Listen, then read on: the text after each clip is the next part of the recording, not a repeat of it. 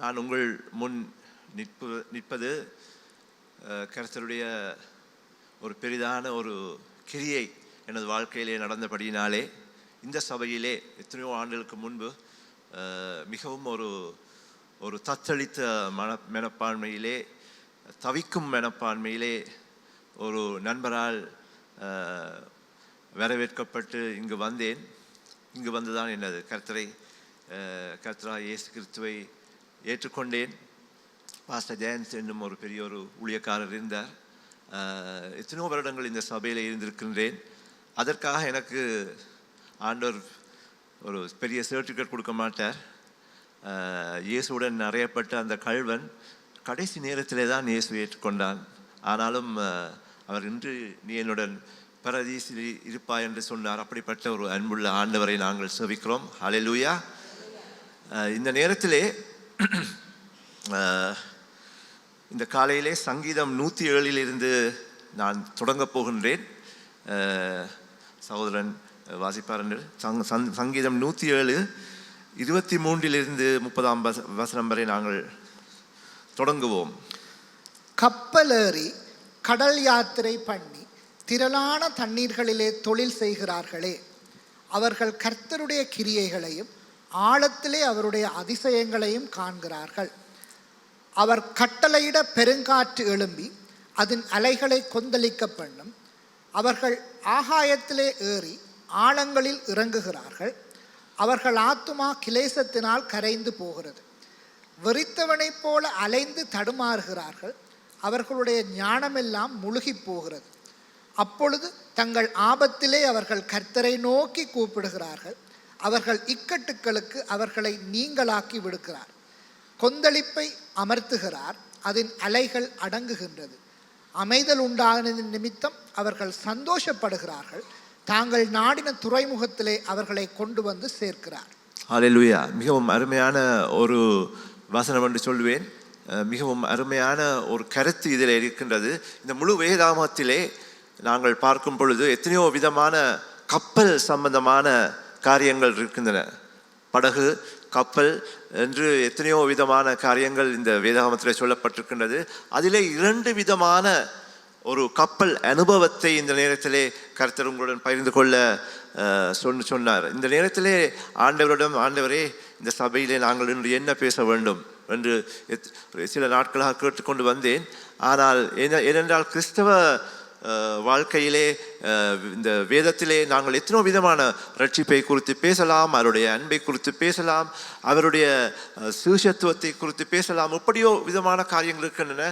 ஆனால் அவர் சொன்ன ஒரே காரியம், உடனடியாக பேச வேண்டிய ஒரே காரியம், அவருடைய 2வது வருகை. ஹல்லேலூயா.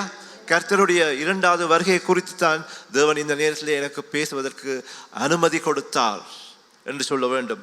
கப்பல் ஏறி இந்த கதையை பற்றி நான் சொல்லுவதற்கு முதல் இன்னும் ஒரு சங்கீதத்தை வாசிப்போம். சங்கீதம் 103 103ஆம் சங்கீதம் 8 11 வரை நாங்கள் வாசிப்போம். கர்த்தர் உருக்கமும் இரக்கமும் நீடிய சாந்தமும் மிகுந்த கிருபையும் உள்ளவர். அவர் எப்பொழுதும் கடிந்து கொள்ளார், என்றைக்கும் கோபம் கொண்டிரார். அவர் நம்முடைய பாவங்களுக்கு தக்கதாக நமக்கு செய்யாமலும் நம்முடைய அக்கிரமங்களுக்கு தக்கதாக நமக்கு சரி கட்டாமலும் இருக்கிறார். பூமிக்கு வானம் எவ்வளவு உயரமாக இருக்கிறதோ அவருக்கு பயப்படுகிறவர்கள் மேல் அவருடைய கிருபையும் அவ்வளவு பெரிதாயிருக்கிறது. ஹல்லேலூயா. கர்த்தர் உருக்கமும் இரக்கமும் நீடிய சாந்தமும் மிகுந்த கிருபையும் உள்ளவர். கர்த்தருடைய வசனம் சொல்லுமானால் அவர் நீடிய பொறுமை, நீடிய சாந்தம் மிகுந்த கிருபை என்றால் அது மிகவும் நீடிய ஒரு சாந்தமாயிருக்கின்றது, மிகவும் மிகுந்த கிருபையாயிருக்கின்றது. அந்த கோட்பாட்டின் அடிப்படையிலே தான் இந்த கப்பல் கதைக்கு நாங்கள் வரப்போகின்றோம். முதலாவது கப்பல், இந்த காலையிலே நான் பேச விளைந்த இந்த முதலாவது கப்பல் யோனாவினுடைய கப்பல். யோனாவை பற்றி எத்தனை பேருக்கு தெரிந்திருக்கும் தெரியாது. அடிக்கடி உலக பிரகாரமானவர்கள் சொல்வார்கள், இவர் தான் யோனா, இவரால் தான் இந்த பிரச்சனை வந்தது, இவர் தான் யோனா என்று அடிக்கடி சொல்லுவார்கள். பத்திரிகையில் கூட எழுதுவார்கள், இவர் தான் இந்த பிரச்சனைக்கு ஒரு யோனாவாக இருக்கின்றார். யோனா ஒரு எபிரேய தீர்க்கதரிசி. எபிரேய தீர்க்கதரிசி யோனா. நாங்கள் யோனாவுக்கு போவோம். யோனா முதலாவது அதிகாரத்துக்கு போவோம். அவன் ஒரு எபிரேய தீர்க்கதரிசியாக இருந்தான். ஆனால் தீர்க்கதரிசி இருந்ததுக்கு என்ன, அவரில் சில பிரச்சனைகள் இருந்தன. அதைத்தான் நீங்கள் இப்ப பார்க்க போகிறீர்கள். யோனா முதலாம் அதிகாரம் நாங்கள் திரும்புவோம். முதல் 5 வசனங்களை வாசிப்போம்.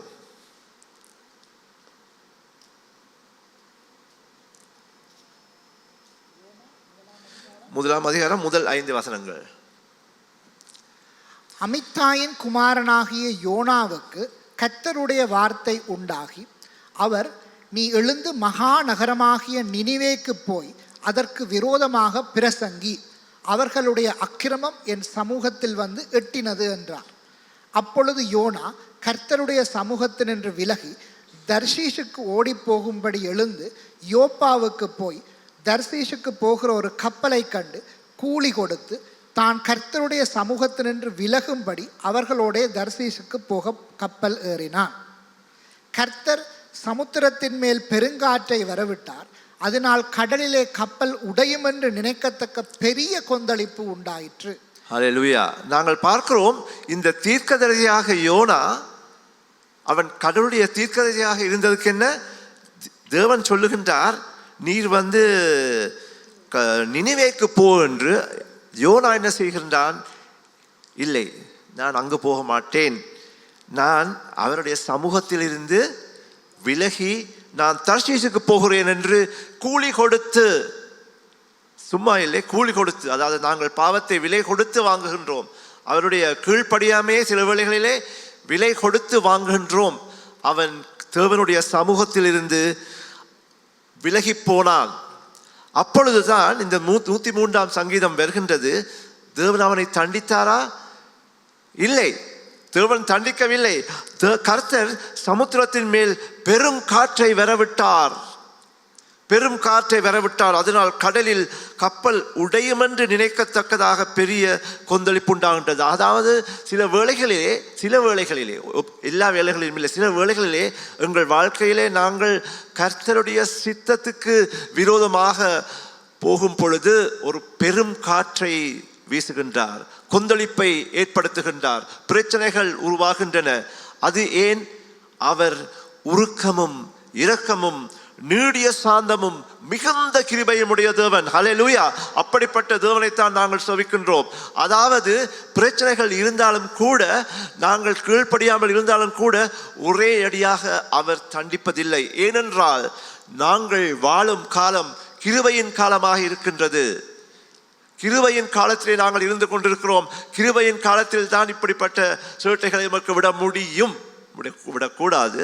அந்த கிருபையின் காலத்திலே நான் நமது வாழ்க்கையிலே, நான் பழைய ஏற்பாட்டு கதையை நான் இந்த எமது காலத்திலே இருக்கும் காரணத்தை கொண்டு உங்களுக்கு ஒரு ஒப்பீட்டாகத்தான் சொல்லுகின்றேன். அது யோனா, அப்போ அந்த பழைய ஏற்பாட்டில் அந்த கிருபையின் காலம் பற்றி இல்லை. ஆனால் அப்போ அப்படி இருந்தாலும் என்ன நடக்கின்றது?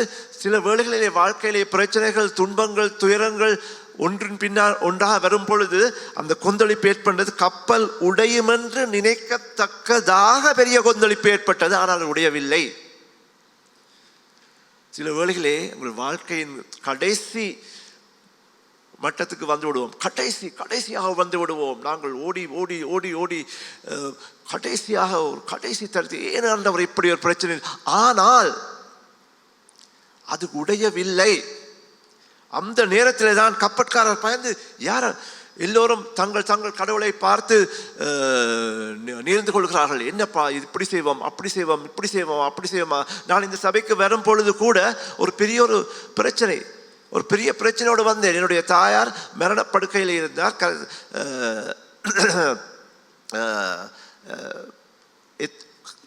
டாக்டர்ஸ் கைவிட்டு விட்டார்கள் புற்றுநோயினால் என்று.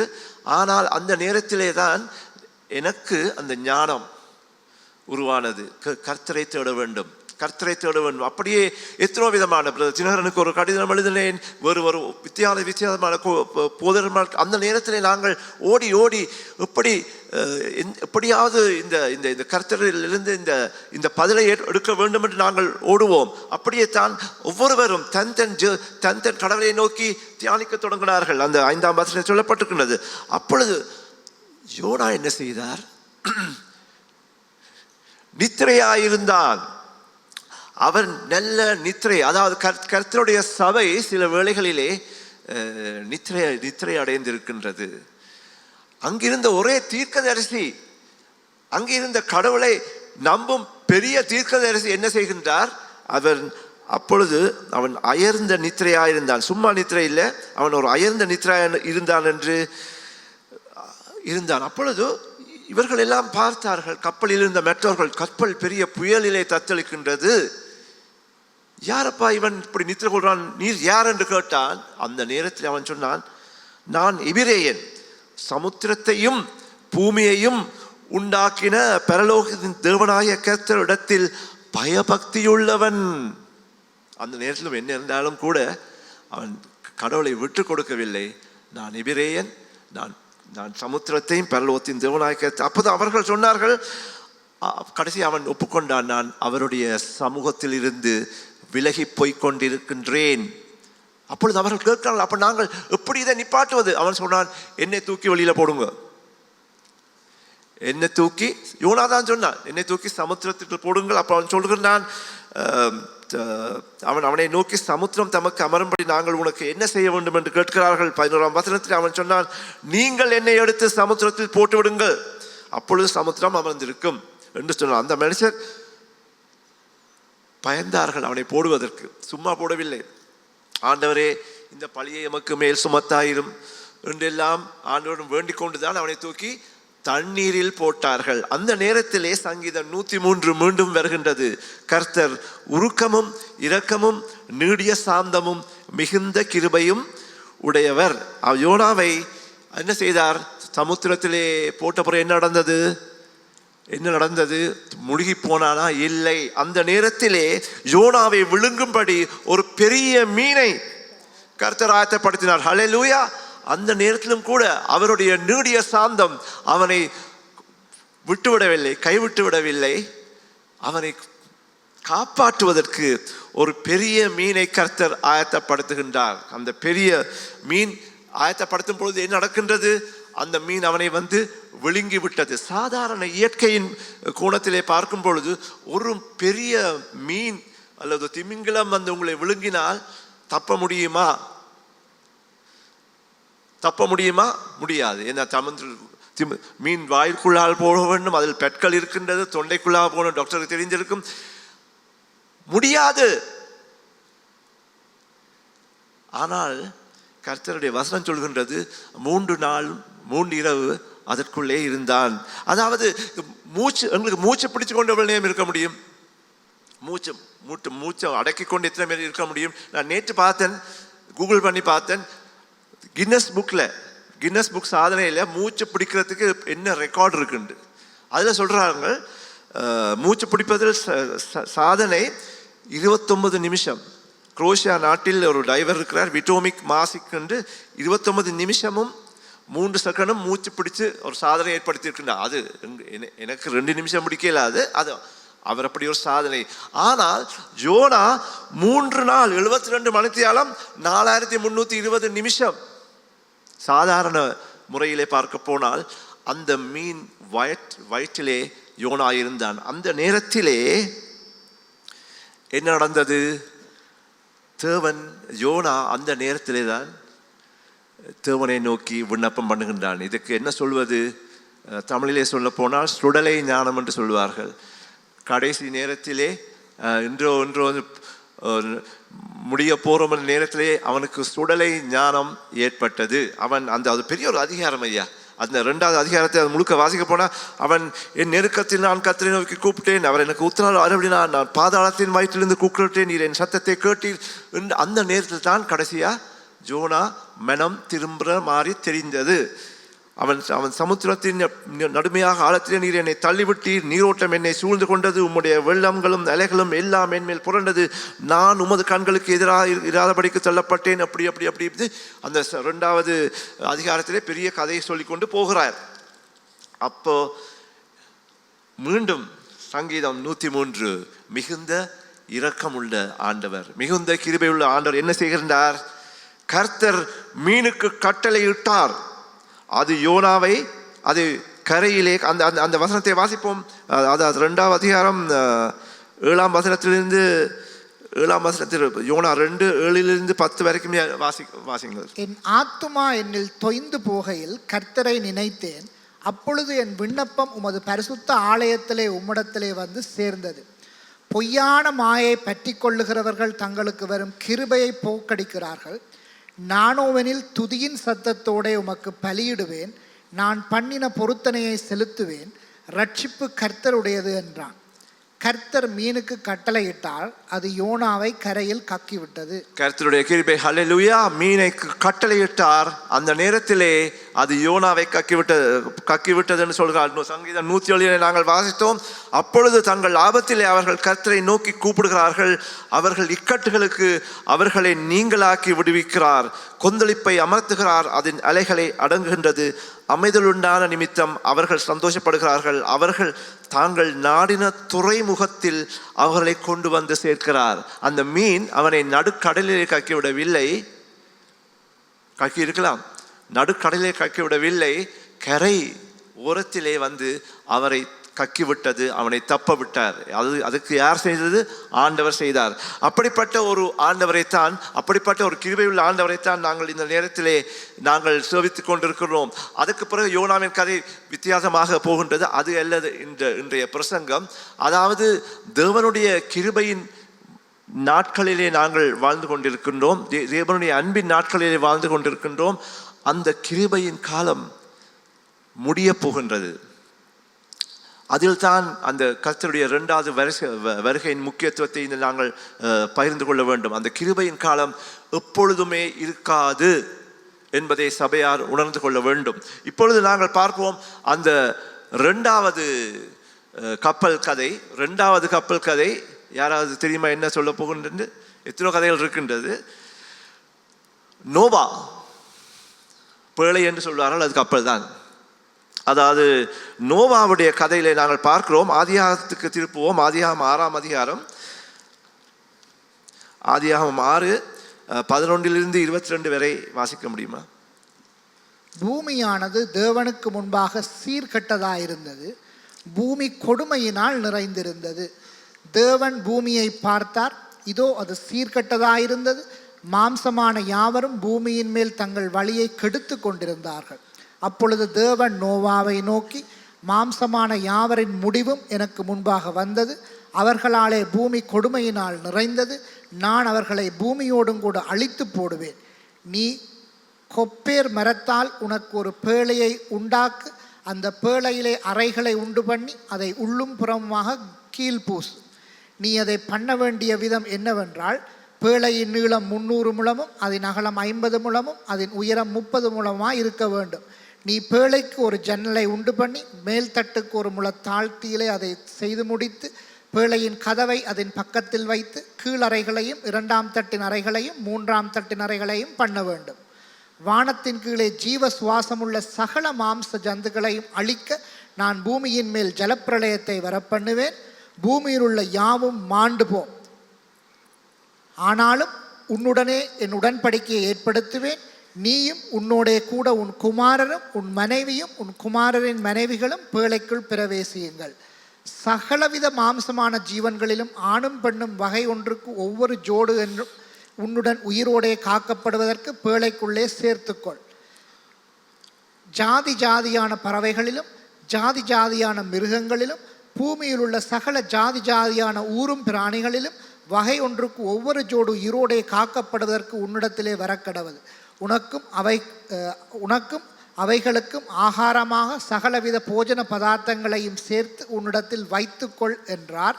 நோவா அப்படியே செய்தான். தேவன் தனக்கு கட்டளையிட்டபடி எல்லாம் அவன் செய்து முடித்தான். ஹல்லேலூயா, ஹல்லேலூயா. நோவா அப்படியே செய்தான். யோனா என்ன செய்தான்? நினிவேக்கு போனார், தர்ஷீசுக்கு போனார். ஆனால் இங்கு பார்க்கிறோம், இந்த மற்ற கப்பலிலே நோவா தேவன் சொன்ன விதத்திலே அப்படியே செய்தான்.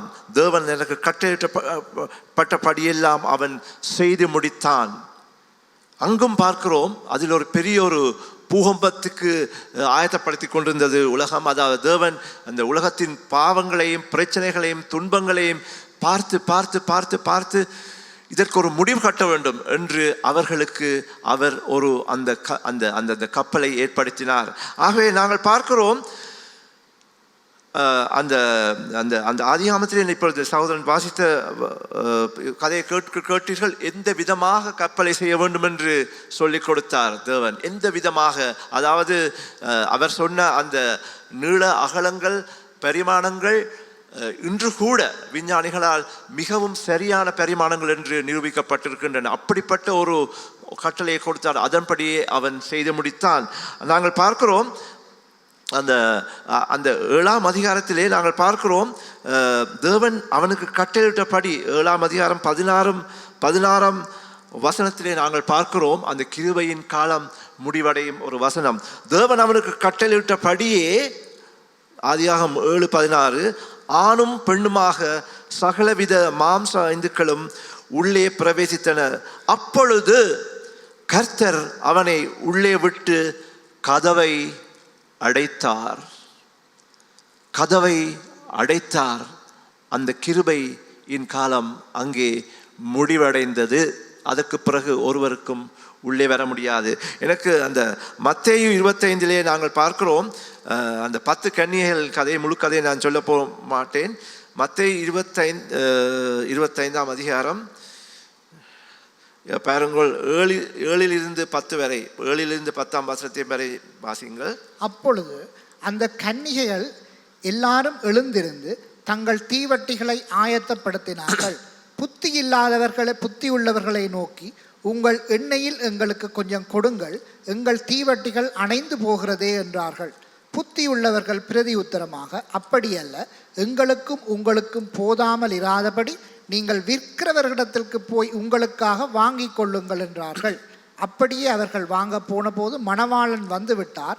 ஆயத்தமாயிருந்தவர்கள் அவரோட கூட கல்யாண வீட்டுக்குள் பிரவேசித்தார்கள். கதவும் அடைக்கப்பட்டது. கதவு அடைக்கப்பட்டது. அந்த நேரத்திலே அந்த கன்னிகைகள் தயாராயிருந்தார்கள். ஆனால் அந்த நேரத்திலே தயாராக இருந்தவர்கள் அரைவாசி பேர் மட்டுமே.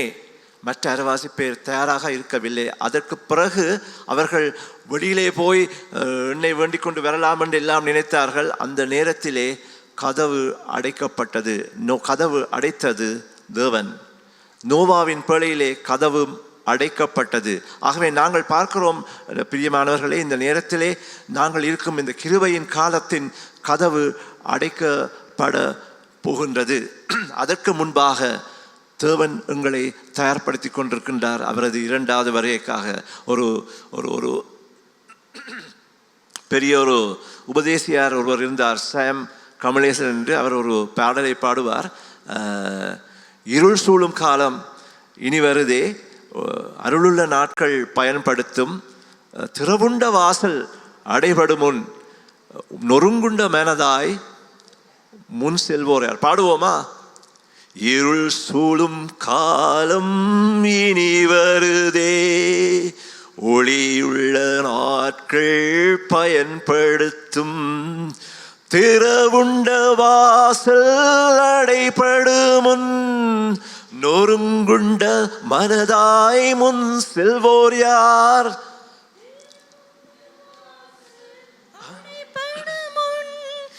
நொறுங்குண்ட மனதாய் முன் செல்வோர் யார்? நாட்கள் கொடியதாய் மாறிடுதே, காலத்தை ஆதாயம் செய்திடுவோம். நாட்கள் கொடியதாய் மாறிடுதே, காலத்தை ஆதாயம் செய்திடுவோம். அருமையான ஒரு பாடல். அவர் அந்த 2வது வருகையை குறித்து சொன்ன அந்த பாடல் நமக்கு நிச்சயமாகவே தேவன் உம்முடைய கிருபையின் காலம் முடிய போகின்றது பிரியமானவர்களே.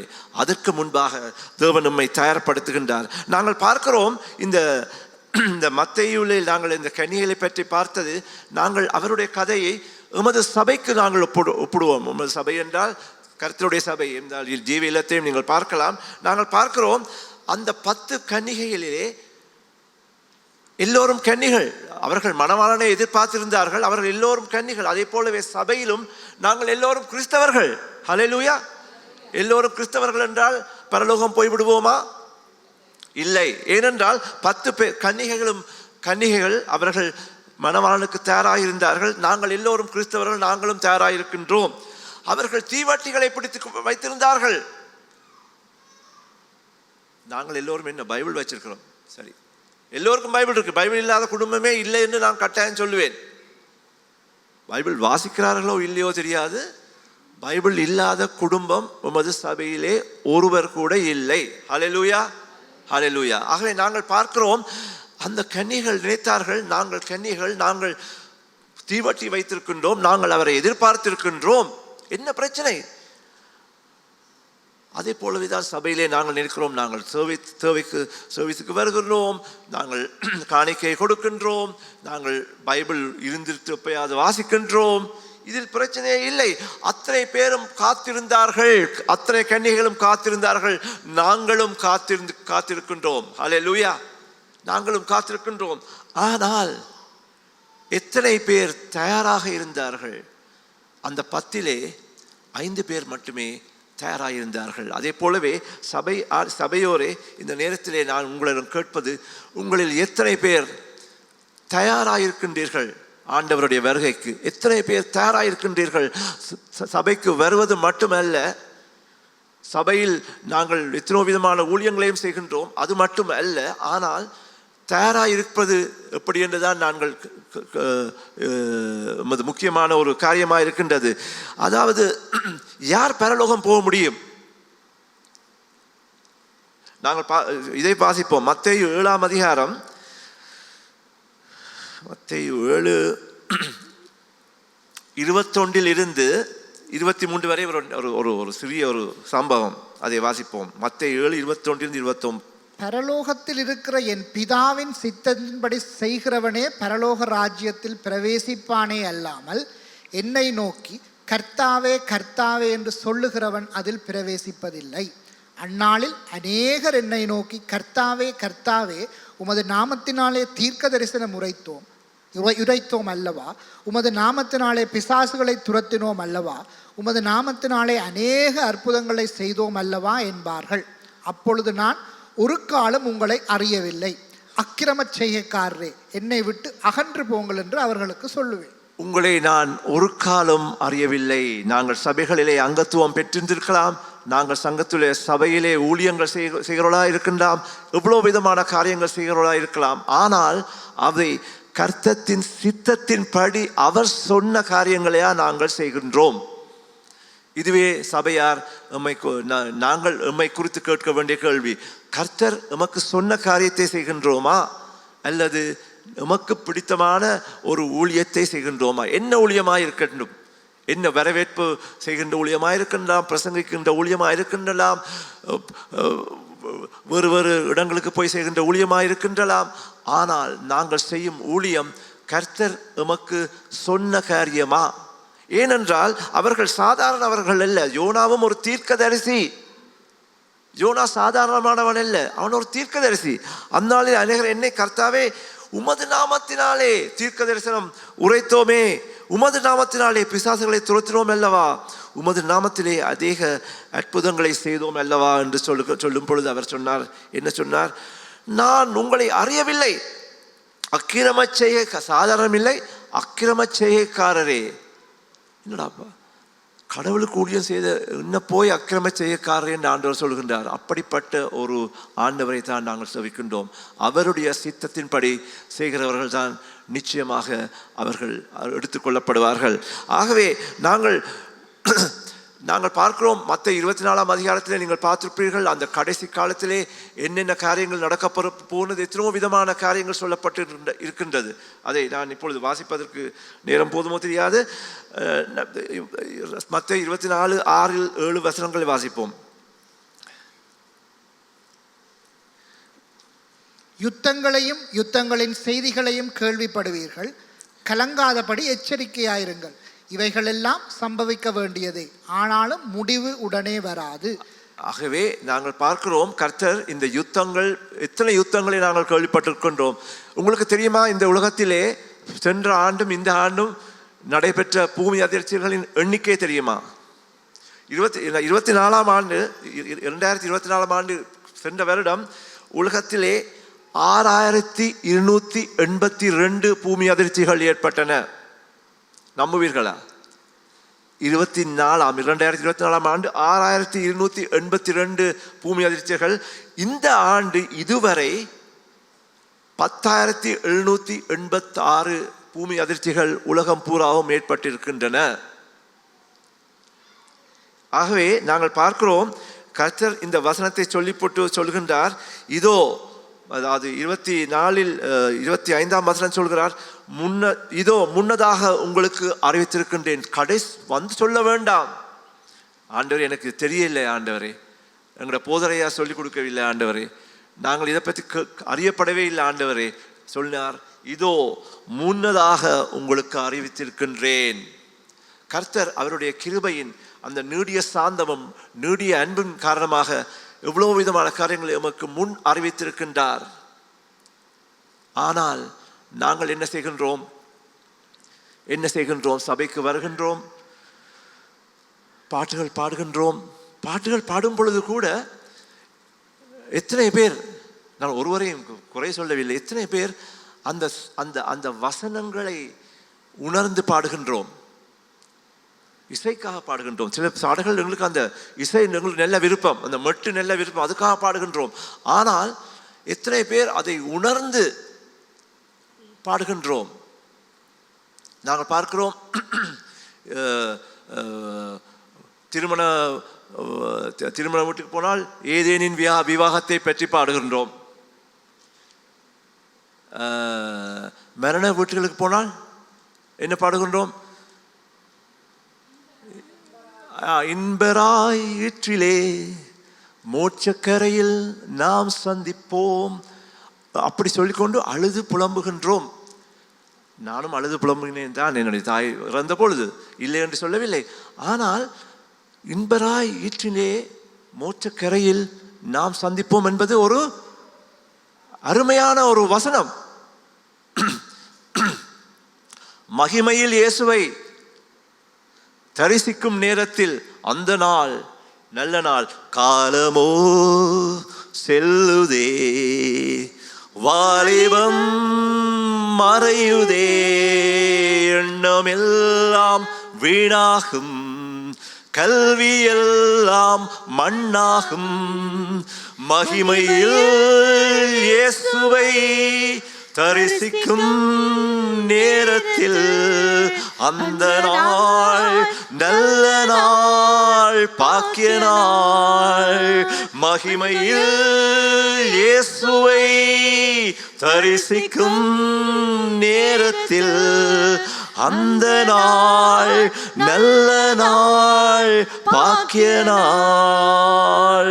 இப்படிப்பட்ட ஒரு அருமையான பாடல்களை நாங்கள் மரணச் சடங்குகளிலே பாடுகின்றோம். எத்தனை பேர் அதனால் சந்தோஷப்படுகின்றீர்கள்? எத்தனை பேர் அதனால் புலகாங்கிதம் அடைகின்றீர்கள்? அநேகமாக நாங்கள் அதை ஒரு சில வேளைகளிலே ஒரு சடங்காக பார்க்கிறோம், ஒரு சாதாரண காரியமாக பாடுகின்றோம்.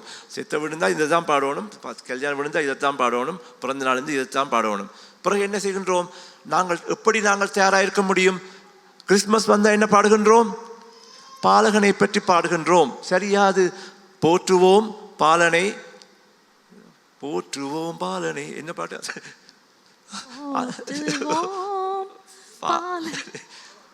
அது? பாரிற் பகைமையை நீக்க பாலன் பிறந்திட்டார், பாடும் மாந்தரே சேர்ந்து பாடுவோம். என்று பாடுகின்றோம் கிறிஸ்மஸ் மாவட்டத்திலே.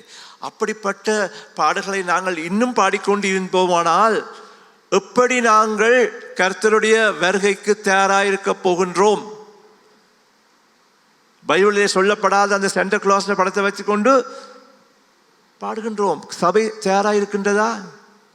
சபை தயாராக இருக்கின்றதா? இல்லை. அந்த சடங்குகளை நாங்கள் களைய வேண்டும். தமிழிலே சொல்வார்கள், பழையன கழிதலும் புதியன புகுதலும். கிறிஸ்துவுக்குள் அன்பானவர்களே, கிறிஸ்துவை அறிந்தவர்களே, நாங்கள் எங்கள் சடங்குகளை அகற்ற வேண்டும். எமது சாட்டு போக்குக்காக நாங்கள் பாடும் விதத்துக்கு நாங்கள் பாடக்கூடாது. நாங்கள் தேவனை துதிக்கும் பொழுது அந்த வசனங்களை அறிந்து அந்த வசனத்தின் உண்மையை அறிந்து சந்தோஷமாக பாட வேண்டும். ஹல்லேலூயா, சந்தோஷமாக பாட வேண்டும். நாங்கள் முன்பு பாஸ்டர் ஜெயந்தின் காலத்திலே நான் வர்ஷிப் லீட் பண்ணுற நேரத்தில் நாங்கள் பாடுற பாட்டு என்ன? There's a land which is fairer than day. அதாவது இன்பராய் ஈட்டிலே மூச்சக்கரையில் நாங்கள் சந்திப்போம் என்று சண்டே சர்வீஸில் நாங்கள் பாடுவோம். ஏனென்றால் அப்படிப்பட்ட ஒரு அருமையான பாடல். இன்பராய் ஈட்டிலே மோட்சக்கரையில் நான் சந்திப்போம். எவ்வளவு சந்தோஷமான காலம். அப்படிப்பட்ட சபையாகத்தான் இந்த சபை இருக்க வேண்டும். ஹல்லேலூயா, ஹல்லேலூயா. நாங்கள் இந்த நேரத்தில் இருந்து நாங்கள் பார்ப்போம். கடைசியாக நான் முடிக்கும் முதல் சொல்கின்றேன், அன்பானவர், உங்களை பயப்படுத்துவதற்கு இந்த செய்தியை சொல்லவில்லை. நாங்கள் இதை பார்ப்போம். மத்தேயு இல்லை, லூக்காவில் பார்ப்போம். லூக்கா 17 இதை நான் முந்தியும் சொல்லியிருக்கின்றேன். 17, 34, 35, 36 நான் இங்கே வாசிக்க முதல் இதை கேளுங்கோ. ஒரு புத்தகம் ஒன்று வாசித்தேன். அதில் அத்தியின் துளிர்ப்பும் கர்த்தரின் வருகையும் என்ற ஒரு புத்தகம். அத்தியின் துளிர்ப்பும், அந்த புத்தகத்திலே இந்த வியாக்கியானத்தை கொடுத்திருந்தார்கள் இந்த வசனத்தை குறித்து. லூக்கா 17, 34, 35, 36 வசனத்தை வாசியுங்கள். அந்த ராத்திரியிலே ஒரே படுக்கையில் படுத்திருக்கிற 2 பேரில் ஒருவன் ஏற்றுக்கொள்ளப்படுவான், மற்றவன் கைவிடப்படுவான். திரிகை திரிக்கிற 2 ஸ்திரீகளில் ஒருத்தி ஏற்றுக்கொள்ளப்படுவாள், மற்றவள் கைவிடப்படுவாள். வயலில் இருக்கிற 2 பேரில் ஒருவன் ஏற்றுக்கொள்ளப்படுவான், மற்றவன் கைவிடப்படுவான் என்று உங்களுக்கு சொல்லுகிறேன் என்றார். ஹல்லேலூயா. அதாவது இந்த மனுஷகுமாரன் அந்த 2வது வருகை வரும் பொழுது இலங்கைக்கு ஒரு நேரத்துக்கு, அமெரிக்காவுக்கு ஒரு நேரத்துக்கு, கனடாவுக்கு ஒரு நேரத்துக்கு வர மாட்டார். ஒரே வேளையிலே வருவார். அதைத்தான் இன்று நாங்கள் பார்க்கிறோம். இரவு படுக்கையிலே 2 பேர் இருப்பார்களாம். அதில் ஒருவர் ஏற்றுக்கொள்ளப்படுவாராம். இரவு என்பது ஒரு நாட்டிலே இரவு. அதாவது இப்போ கொழும்புல இப்போ 8:55 நேரம் என்றால் இப்போ ஆஸ்திரேலியாவில் மத்தியானம், கொழும்புல காலை, ஆஸ்திரேலியாவில் மத்தியானம், டொரண்டோ அதாவது கனடாவில் 11:30 இரவு. அப்போ இந்த நேரத்தில் ஆண்டவர் இப்பொழுது வருவார் என்றால் வயல் இருப்பது எந்த நேரத்தில்? இரவில் போகிறோம் வயலுக்கு, வயலில் போகிறது, வயலில் போய் உழுகிறது காலை நேரத்திலே. அதாவது அதைத்தான் இந்த வசனம் சொல்லுகின்றது மிகவும் அருமையாக. வயலிலே இருப்பில் ஒருவர் ஏற்றுக்கொள்ளப்படுவார், ஒருவர் கைவிடப்படுவார். பிறகு திரிப்பார்கள். அதாவது பின்னேரத்துக்கு தோத சொல்கிறது தான் எத்தனை மணிக்கு நீங்கள் மாறிப்பீங்கள்? இரவோ இல்லை, சரியில்லை, மத்தியானத்தில். அந்த அப்போ 2 பேர் திரிப்பார்களாம். அது மத்தியான வேளை. பிறகு படுக்கையிலே படுக்க போகிறது பொதுவாக இரவு. அப்போ இரவிலே படுக்கையில் இருக்கும் 2 பேரிலே ஒருவர் ஏற்றுக்கொள்ளப்படுவார், ஒருவர் கைவிடப்படுவார். திரிகை திரிக்கும் ஒருவர் ஏற்றுக்கொள்ளப்படுவார், ஒருவர் கைவிடப்படுவார். வயலில் இருக்கும் ஒருவர் ஏற்றுக்கொள்ளப்படுவார், ஒருவர் கைவிடப்படுவார் என்று கர்த்தர் மிகவும் துல்லியமாக ஒரே நேரத்திலே முழு உலகத்துக்கும் அவர் மீண்டும் மீள் வருகையை பற்றி சொல்லியிருக்கின்றார். அப்படிப்பட்ட ஒரு சத்தியத்தை எமக்கு கொடுத்திருக்கின்றார். எல்லா விதமான காரியங்களையும் முன்னாலே சொல்லியிருக்கின்றார். நான் முன்பு பாடசாலைகளுக்கு போகும் வேளையிலே பாடசாலை இந்த சோதனைகள் வரும் பொழுது நான் கேள்விப்படுவேன், சில வெளிநாடுகளிலே புத்தகங்களை துறந்து வைத்துக்கொண்டு பரீட்சை எழுதலாம். அப்போ நான், ஆண்டவரே என்ன அருமையான நாடப்பா, நான் ஏன் இந்த நாட்டில் பிறந்தேன்? புத்தகத்தை திறந்து வச்சுக்கொண்டு சோதனை இருந்தால் இல்லை லேசான காரியம்னு நான் இந்த நேரத்தில் யோசிக்கிறது. அப்படிப்பட்ட புத்தகம் தான் வேத புத்தகம். அவருடைய வருகையை பற்றி துல்லியமாக நாளையும் நாளிகையும் தவிர அந்த காலத்தை குறித்து மிகவும் துல்லியமாக ஆண்டவர் எமக்கு சொல்லியிருக்கின்றார். அவர் மேகத்திலே வருவார், மீண்டும் வருவார், தனது சபையை ஏற்றுக்கொள்ள வருவார். சிலர் கைவிடப்படுவீர்கள், சிலர் ஆகவே விசுவாசமாய் இருங்கள் என்று தொடர்ந்து இந்த நேரத்திலே தேவன் சொல்லியிருக்கிறார்.